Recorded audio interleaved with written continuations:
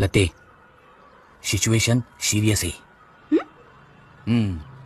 आपलं सरपंच पद महिला राखीव म्हणून घोषित झाले. एक पेवर घेतो. आपल्या पॅनलची सरपंच पदाची उमेदवार म्हणून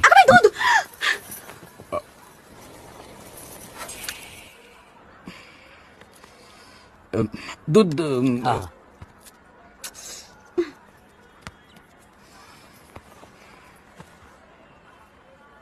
गॅसवर साय सांडली की मनाला लागतं माझ्या.